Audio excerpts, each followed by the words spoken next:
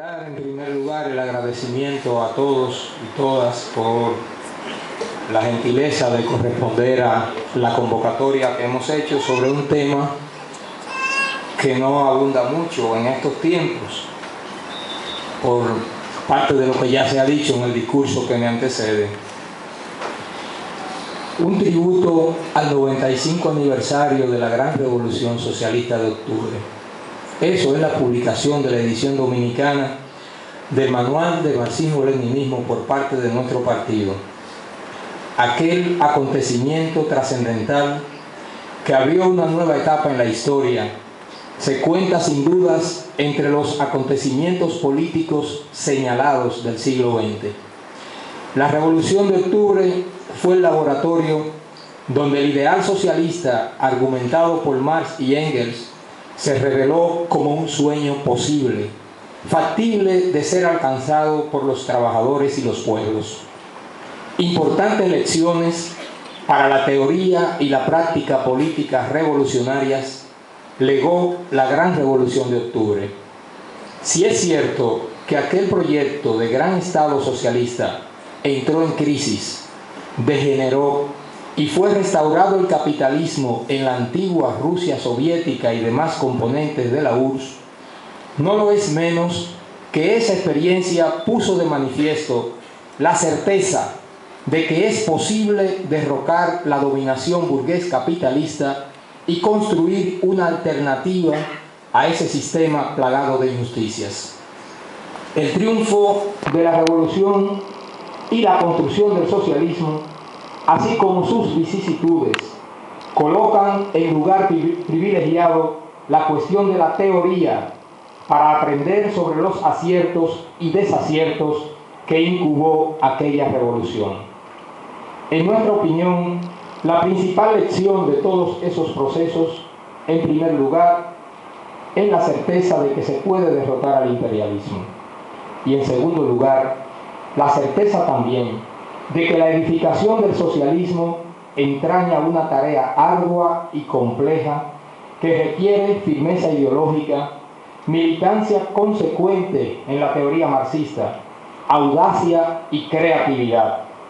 Eso fue lo que permitió a los bolcheviques alzarse con el poder y abrir una nueva era en el mundo. El texto que ponemos en circulación permite al lector acercarse a los aspectos fundamentales contenidos en aquella experiencia, los componentes esenciales de la teoría marxista, la dialéctica materialista, la concepción materialista de la historia, la economía política del capitalismo, teoría y acción del movimiento comunista y teoría del socialismo y del comunismo.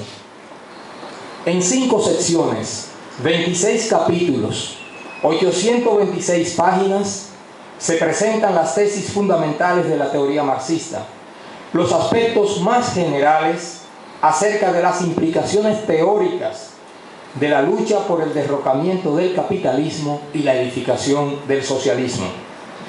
Como ocurre en general con toda obra trascendente, guardando distancia de los contextos históricos y los datos coyunturales que son referidos en la misma, nos suscribimos en la actualidad de las tesis fundamentales que argumenta. Reivindicamos su condición de herramienta conceptual pedagógica en la urgente tarea de la difusión del marxismo como cuerpo teórico y del socialismo y el comunismo como proyecto de emancipación social alternativo al capitalismo y al imperialismo. El Manual de Marxismo-Leninismo lo valoramos como una obra muy útil para la difusión y educación de la teoría marxista y buena parte de la experiencia del movimiento comunista internacional en diversas épocas. El ideal del socialismo y el papel histórico de la clase obrera son claramente argumentados a lo largo de esta obra. La militancia en el legado teórico de Marx y Engels, en el proyecto de la emancipación socialista, así como la difusión por todos los medios de ese ideal, es tarea oportuna hoy, cuando los voceros del sistema especulan ante las nuevas condiciones de explotación de los trabajadores por el capital, argumentando el carácter supuestamente eterno del capitalismo. No obstante que su evolución actual lo que demuestra es la persistencia de sus crisis cíclicas y una sobreexplotación de la clase obrera, claras señales de que es portador de contradicciones internas que resultan inconciliables, insalvables, y por tanto la superación de las mismas solo puede serlo superando ese sistema económico-social. Como parte de la ofensiva ideológica y la tergiversación teórica que abunda en esta época dura en que nos toca luchar, a la patronal y los capitalistas ahora les llaman empleadores. Se ha pretendido desterrar de las academias toda crítica radical hacia el capitalismo. El concepto lucha de clases es una mala palabra en muchos círculos intelectuales y de opinión, pero la realidad es muy tosuda. La plusvalía, otro concepto olvidado por diletantes que se hacen pasar por teóricos de fuste, continúa actuando en la base del sistema como catalizador de unas relaciones de explotación y opresión que dan lugar a todo el edificio de contradicciones que sustenta la sociedad capitalista y cuya resolución, harto demostrado está, trasciende al sistema que la genera. La alternativa más acabada sigue siendo el programa del socialismo esbozado por Marx y Engels. Por sobre las tesis confusionistas que los propagandistas del sistema y voces derrotadas difunden, el materialismo dialéctico marxista, como bisturí adecuado para hurgar en la explicación de los fenómenos y procesos, acceder a la realidad de los hechos y disponernos a influir en los mismos para su transformación en función de los intereses de las mayorías. El texto ofrece mucho de esas herramientas teóricas organizado en un formato pedagógico. Ofrece información, reflexión, conceptualización sobre las crisis del sistema capitalista, los fundamentos de la lucha por el socialismo, el fenómeno del imperialismo, su constitución y desarrollo, en lo cual los aportes del gran Vladimir Lenin, ya citado antes, son fundamentales. La lucha antiimperialista, la independencia y la soberanía de las naciones, un tema tan caro a nuestra realidad actual. La República Dominicana es un ejemplo vivo acerca de la vigencia de esa lucha. La causa nacional es hoy por hoy la agenda que convoca a todo lo democrático y progresista de la sociedad dominicana. Y esa es una demanda y una consigna que teóricamente está bastante fundamentada en el leninismo y el análisis que sobre el capitalismo en esta época del imperialismo se hiciera por parte de aquel gran maestro. ¿Por qué este manual y no las fuentes originales de los clásicos del marxismo? En el caso de nuestro partido, también trabajamos en nuestro propio manual, en el marco de la experiencia de la escuela de nuestra organización. Modestamente reflexionamos la práctica del movimiento revolucionario dominicano y nos esforzamos en sistematizarla y hacer teoría. Y también difundimos y promovemos estudiar y aprender abordando las fuentes, los clásicos del marxismo. Ahí están muchos de los títulos de la colección Triunfo Comunista ya citada. Entonces no hay razón a contraponer un manual como este a lo que constituyen las fuentes originales en las cuales él se sustenta.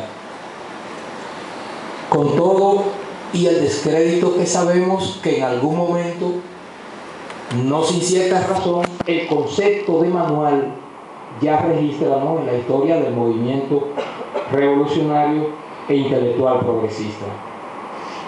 Es necesario la reafirmación de unos postulados, unos principios y unos símbolos para alentar la militancia en la causa del socialismo como alternativa válida frente al capitalismo, para rechazar la tergiversación. El texto que circulamos hoy, además de todo lo vigente que teóricamente contiene, en sí mismo constituye un símbolo de esa gran causa. Que el socialismo es cosa de románticos y que el marxismo ya pasó de moda. Algunos referentes simbólicos en el contexto del mundo intelectual, de la academia, del arte, derriban ese chantaje insostenible. Eric Hobsbawm, miembro del Partido Comunista Británico, fallecido recientemente a los 95 años. Pierre Vilar, fallecido en el 2003 a los 97 años. Destacado historiador francés y eminente hispanista, aún sin afiliarse formalmente, mantuvo amistad muy cercana con el Partido Comunista Francés y en los años 80 con el Partido Comunista de España marxista-leninista. Pablo Picasso, miembro del Partido Comunista Francés hasta su muerte en 1973. Pablo Neruda, miembro del Partido Comunista Chileno. José Saramago se declaró un comunista hormonal, vinculado al Partido Comunista de Portugal hasta que lo perdimos recientemente. En aquellos años de auge y optimismo, muchos otros, como Tina Modotti, afamada actriz y fotógrafa italiana, miembro del Partido Comunista Mexicano, igual que sus amigos, los reconocidos Diego Rivera y Frida Kahlo. La academia, el mundo intelectual, no se construye solo con ideas románticas.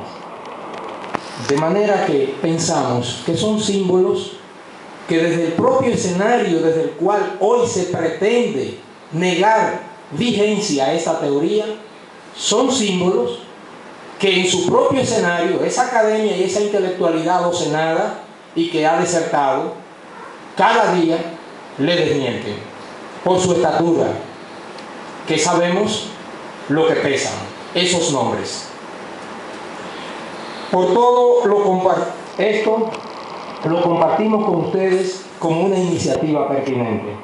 No nos dejamos persuadir por quienes dicen que esos muchachos de ahora, los jóvenes a los cuales hacía referencia nuestro secretario general en su intervención, le tienen miedo a libros así, que hablan de proyectos y experiencias del pasado. Pero es que el socialismo no es del pasado. Por eso nosotros persistimos en no escuchar esas voces y apostamos, confiamos y creemos que si el futuro es del socialismo, también es de los jóvenes, porque sin la juventud no se hubiese construido tampoco la Revolución de Octubre.